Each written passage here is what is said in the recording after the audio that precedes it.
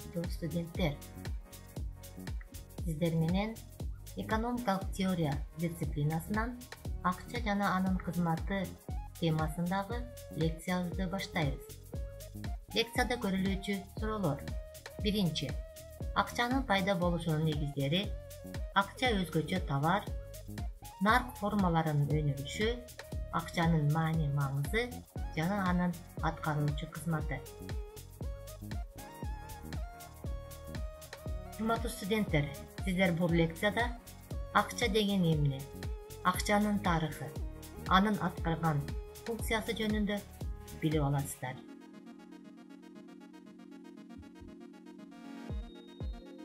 Акчанын келип чыгышын жана колдонулушун саясий экономика мектебинин өкүлү, шотландиялык экономист Адам Смит эмгекти бөлүштүрүүнүн өсүшү жана алмашуунун өнүгүшү менен байланыштырган. Ал эмгекти бөлүштүрүүнүн бардык жерде таркалышы менен адамдардын керектөөлөрүнүн кыйла бөлүгү алардын эмгегинин продуктыларынын артыкбаштарын алмашуунун натыйжасында канааттандырылышы мүмкүн экендигин көрсөткөн. Ошондой болсо да, эмгекти бөлүштүрүүнүн өнүгүшү жана керектөөгө сатып алуу жана сатуу аркылуу кете турган продуктыларды чыгаруунун көбөйүшү менен бир товарды башка товарга алмашуу кыйыныраак болуп калган. Адам Смит бул абалды сүрөттөп көрсөтүү үчүн төмөнкүдөй мисалды келтирген. Касапчынын дүкөнүндө эт өзү керектей ала тургандан арбын. Ал эми пиво кайнатуучу менен набай ошол эттин бир бөлүгүн сатып алууну каалашар эле. Ал эми касапчы эң жакынкы убактарга керектүү сандагы нан менен пивону камтап алган. Мындай учурда алардын ортосунда алмашуу болушу мүмкүн эмес. Мындай ыңгайсыз абалдан чыгуу үчүн ар бир акыл эстүү адам коомдун өнүгүшүнүн кайсы баскычында болбосун, эмгекти бөлүштүрүү пайда болгондон кийин өзүнүн ишин дайыма өзү чыгарган өзгөчө продуктылар менен катар өзү чыгарган продуктуга алмашып алуудан эч ким баш тартпай тургандай бир кыйла сандагы товарлары болгудай уюштурууга умтулууга тийиш. Ушундай товар акча болуп калды. Акча эң көрүнүктүү инсандардын чыгармачылык ишинин каражаты да. Адамдардын ортосундагы макулдашуулардын, келишимдик мамилелердин натыйжасы да болуп эсептелбейт. Акча коомдун өнүгүшүн чаржайыт, объективдүү процессинин продуктусу болуп эсептелет. Акыр аягында толуп жаткан товарлардан акча катары бөтөнчө товарды бөлүп чыгарууга алып келет. Ар кыл тарыхый шарттарда ар түрдүү товарлар акча товарынын монополиялык ролун жеңип алды деп эсептөө менен бардык цивилизациялуу элдерде акча сооданын жалпы куралы болуп калды деген тыянакка Адам Смит келген. Адам Смиттин акча жөнүндөгү илиминде баалуусу акча товар болуп эсептеле тургандыгын түшүнүү болуп эсептелет. Адам Смит акча деп жүгүртүүнүн зор дөңгөлөгүн, алмашуунун жана сооданын чоң куралын түшүнгөн. Адам Смиттин илимине таянып 2000 жылдан ашуун убактагы алмашуунун тарыхын изилдеп чыгып, Карл Маркс алмашуунун жана акча формаларынын өнүгүшүнүн продуктусу катары акчанын келип чыгышын көрсөткөн. Акча өзгөчө товар. Акча акыйкаттык менен алдамчылыктын чиеленишинен турган турмуш чындыгынын бир түрдүүчө белгилөөгө мүмкүн болбогон өзүнчө белгиси. Алардын кесепетинен канча жагымдуу жана жагымсыз абалдар болуп өтөт. Алар проблемаларды чечишет жана аларды пайда кылат. Теңсиздикке жана коомдун ыдырашына алып келет. Бийликтин атрибуту, ошол эле учурда ал үчүн күрөшүү каражаты болуп саналат. Моралисттер акчаны жакташат, утописттер аны четке кагышат. Жада калса экономисттер да айрым учурларда аларга экинчи даражадагы ролду беришет. Бирок алар биздин жашоодо соода бүтүмдөрүн жеңилдетүү, экономикалык ишкердиктин өнүгүшүнө жардам берүү менен бардык жерде болушат. Белгилүү немец философу Фридрих Ницше акча эч качан бакыт алып келген эмес, ал болгону адам баласын сооротуп гана турат деп айткан.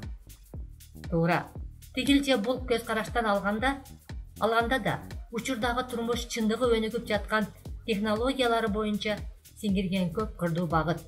Ошондой болсо да, өзүнүн байыркы таянычы акчадан баш тартууга мүмкүн эмес. Анын колдонууда турушу улуттардын, өлкөлөрдүн карым-катнашынын, сооданын өнүгүшүнүн дүйнөлүк технологиясы жана акырында келип бүтүндөй адам баласынын алга илгерилөөсүнүн адымдуу кыймылы. Акча деген эмне? Акча эмне үчүн керек? Экономикада жана адамдын жашоосунда акча кандай ролду ойнойт деген суроо туулат. Экономикада жана адамдын жашоосунда кандай ролду ойной тургандыгы ондогон жылдардан бери белгилүү. Бирок ошол эле учурда белгилүү илимпоз экономисттер акча деген мааниге жалпы так аныктама берүүгө чыгынышпайт. Айрым учурларда оригиналдуу аныктамаларды сунуш кылышат. Акча бул чынында эле бар нерсе. Акча жаратылышта орун алган нерсе эмес. Ал бир сандык маани берүүгө үйрөнгөн нерсе. Акча сатып алуу күчүн убактылуу батырган нерсе. Акча тууралуу Адам Смит аны башка адамдарга берип, андан бошонуу менен биз пайда ала турган бирден бир буюм деген оригиналдуу пикирин айткан. Экономикалык категория катары акчага карата басымдуу жана орунтуу аныктаманы төмөнкүчө берсек болот. Акчалар жалпы товардык эквивалент, алмашуунун универсалдуу каражаты. Бул аныктамада акчанын биринчилик максаты жана алардын негизги аныктоочу сапаты, касиети чагылдырылган. Себеби акчанын келип чыгышы алмаштыруучу тараптар үчүн анын бирдей баалуулугун, эквиваленттүүлүгүн камсыз кылуу максатында товарларды алмашуу учурундагы керектелиши менен шартталган. Бардык алмаштырылып, сатылып жана сатылып алынып жаткан товарларды өз ара салыштырууга мүмкүндүк берген бирден бир жалпы коомдук метод, универсалдуу тараза керек болду. Мына ошондуктан адамдар товарлардын санына жана баалуулугуна жараша аларды бири-бири менен алмаштыруу үчүн бардык товарлар менен салыштырууга мүмкүн болгон бирден бир универсалдуу жалпы коом менен таанылган, кабыл алынган товарды ойлоп тапкан. Акча мына ушундай универсалдуу товар алмашуу катары кызмат өтөй баштаган. Акчанын жаратылышы жана касиети алардын маанисин, алар аткарган функцияларды изилдөөдө жакшы таанылат. Функция деп алардын максатын, пайдалануу ыкмаларын аныктаган буюмдардын касиети аталат. Акча жүгүртүү каражаты анын жардамы аркылуу адамдардын, ишкерлердин, фирмалардын жана мамлекеттердин ортосунда товарларды жана кызмат көрсөтүүлөрдү түздөн-түз алмашууга жүзөгө ашырат. Албетте, азыркыга чейин бартер деген сөздүн алдында кеңири таанымал болгон бир товарды экинчи бир товарга натуралай, түздөн-түз алмашууну жүргүзсөк болот. Акчанын маңызы анын өзгөчө касиетин кароо менен аныкталат. Акчаларга төмөндөгү сапаттар туура келиши керек. Биринчиден, жасалма акчаларды жасоо кыйынчылыкка турган жасалма эместиги. Экинчиден, окшоштугу, айырмалай билүүсү жана акча белгилерин таанылуусунан турган пайдалануунун ыңгайлуулугу. Үчүнчүдөн, акчаларды бир канча убакытка пайдаланууга мүмкүнчүлүк берген эскирүүгө туруктуулугу. Төртүнчүдөн, ири акчаларды майда акчаларга майдалоого, акча бирдиктеринин жөндөмдүүлүгүн бөлүктөргө бөлүүгө мүмкүнчүлүк түзгөн жөндөмдүүлүгү.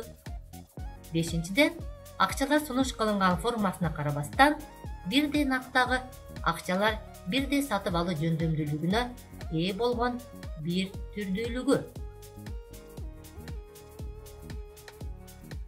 Акча качан пайда болгонун толук деңгээлде белгилүү эмес.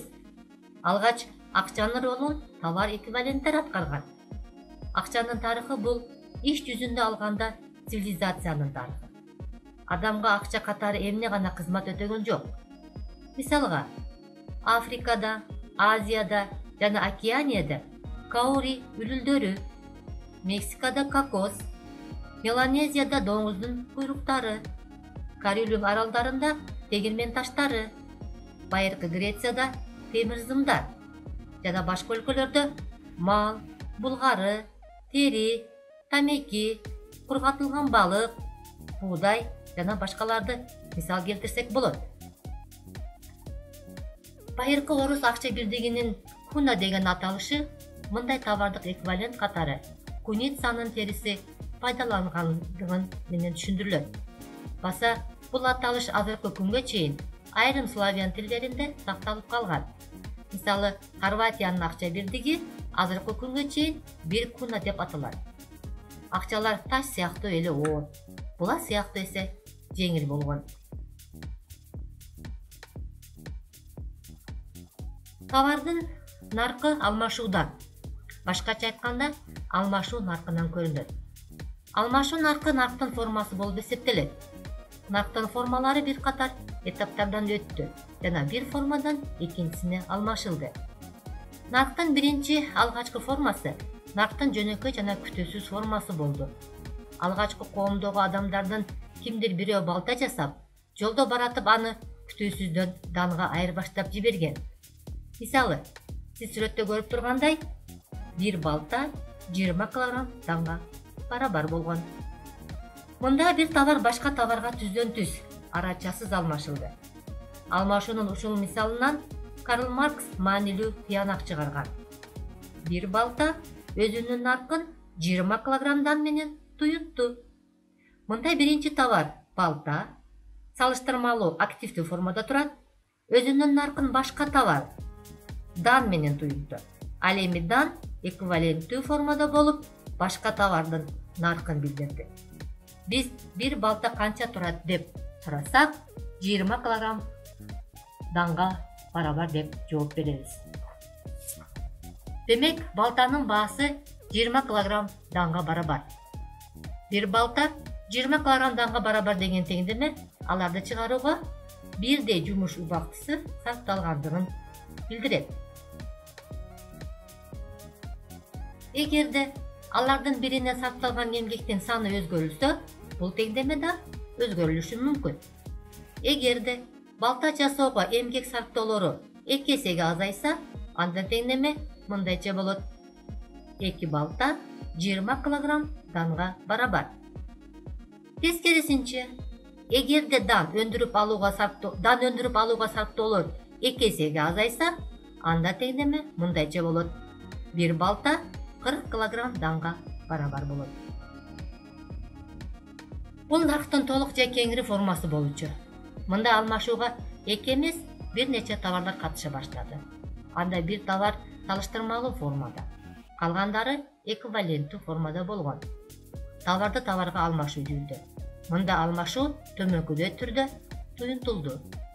3 балта же 20 кап дан, 1 кой барабар же 5 грамм алтынга, же болбосо 1 түлкүнүн терисине.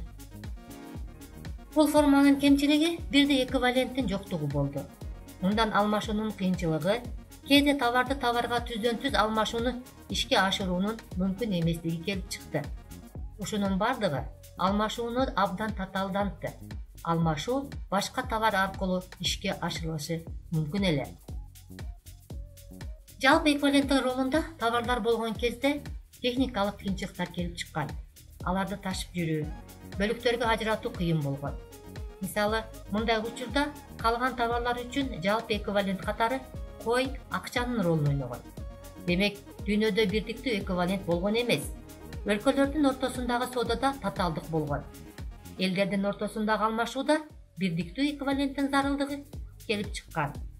Асыл таштарды казып алуунун өнүгүшү менен жалпы эквиваленттин ролу алтынга өттү. Бүткүл дүйнөдө акчанын ролу алтынга биротоло бекиди. Анткени аны акча катары бир жерден экинчи жерге салыштырмалуу түрдө оңой жеткирүүгө, оңой сактоого жана бөлүштүрүүгө болот. Жана эң башкысы, аз эле сандагы алтын аны казып алууга эмгектин кыйла санын камтыйт. Ошондуктан ал башка товарлардын нарк өлчөмүн жеңил аткарды. Ошентип, акча адамдардын ортосундагы макулдашуунун натыйжасы эмес, алмашуунун жана нарк формасынын табигый өнүгүшүнүн натыйжасы болуу менен коомдогу экономикалык мамилелердин зарыл каражаты болуп калды. Алтын жаратылыш тарабынан акча катары жаралган эмес. Алтынга мындай касиетти коом берди. Алтын адамдар тарабынан акча катары бул үчүн өтө ылайыктуу материал болгондугунан гана пайдаланылды.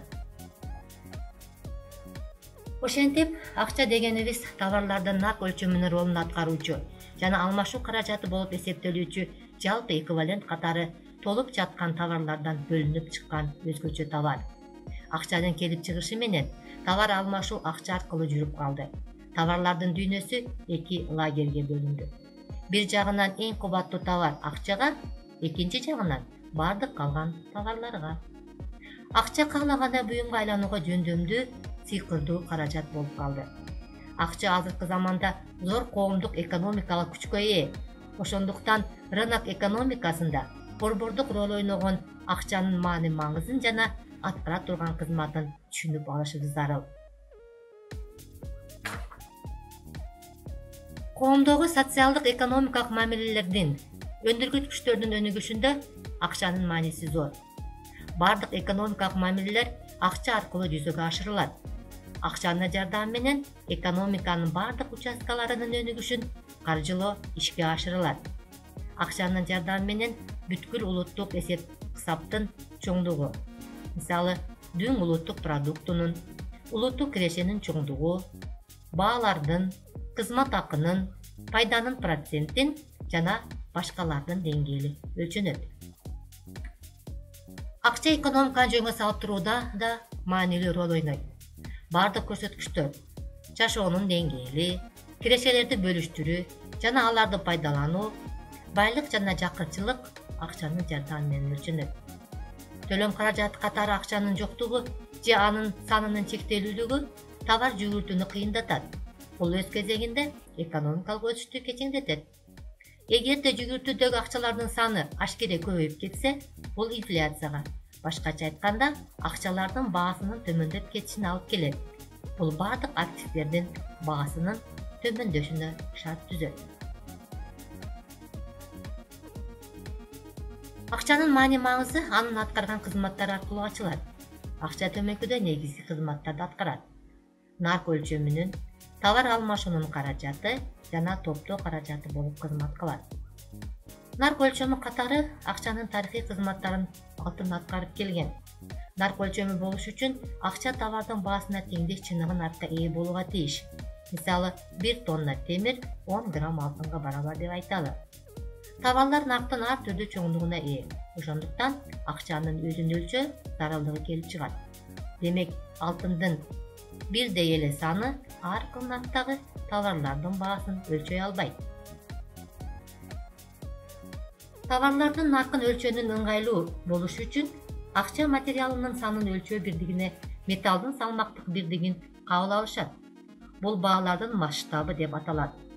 Баалардын масштабы АКШта доллар, Англияда фунт стерлинг, Германияда марка, Россияда рубль, Украинада гривен, Кыргызстанда сом болуп эсептелет. Демек, нарк өлчөмү катары акча адамдын эмгеги аркылуу ишке ашырылган коомдук кубулуш. Ал эми баалардын масштабы катары металлдын так аныкталган салмагы болуп эсептелет. Товардын наркын акчалай туюнтулушу баа деп аталат. Рынокто товарларга баалардын өзгөрүшү товарлардын жана акчанын наркынын өзгөргөндүгүнө жана товардын сунушунун жана ага суроо талаптын катышына жараша болот. Акча алмашуу каражаты болуп да кызмат кылат. Товарларды акча аркылуу алмашууну товарларды жүгүртүү деп аташат. Товарлар рынокко түшөт да кетет. Ал эми акча көп товарларды алмаштыруу менен кала берет. Мисалга, акча, товар, акча. Рынокто товар алмашуу үчүн канча акча керек деген суроо келип чыгат. Жүгүртүү үчүн зарыл акчалардын саны акчалардын бирдей эле аталыштагы бирдигинин жүгүртүү ылдамдыгына бөлүнгөн товарлардын бааларынын суммасына барабар. Акчанын айлануу закону жүгүртүүдөгү акчалардын саны алардын бирдигинин жүгүртүү ылдамдыгына бөлүнгөн товарлардын бааларынын суммасына барабар болууга тийиш экендигинде. жүгүртүү каражат катары металл акчалар адегенде уютмалар формасында, андан кийин тыйындар формасында колдонулган. Тыйындар жүгүртүдө сүрүлүп, жышылып отуруп, өзүнүн салмагынан ажыраган. Бирок жүгүртүү каражаты болуп кызмат өтөшүн уланта берген. Ошондуктан толук баалуу болбогон кагаз акчалар келип чыкты да, алар толук баалуу металл акчалардын ролун аткара баштады. Акча топтоо каражатынын же казынанын кызматын да аткарат. Товардык өндүрүштүн өсүшү менен акчалардын ролу өсөт жана бардыгы көбүрөөк акчага ээ болууга аракеттенишет. Менчик ээси акчаларды өндүрүшүн кеңейтүү үчүн топтойт. Жумушчулар менен дыйкандар аларды жумушсуздуктун, кургакчылыктын учурунда кереги тийип калат деп, ошондой эле рента акысын төлөө жана башкалар үчүн жыйнашат. Товар чыгаруучу, казына жыйноочу товарларды көбүрөөк чыгарат, азыраак сатып алат. Мында акча казына катары топтолот жана пайданы албастан жата берет. Анда эмесе, урматтуу студенттер, сиздерге бүгүнкү лекциябыз түшүнүктүү болду деген үмүттөмүн. Лекциябыз аягына чыкты. Көңүл бурганыңыздар үчүн чоң рахмат. Саламатта калыңыздар.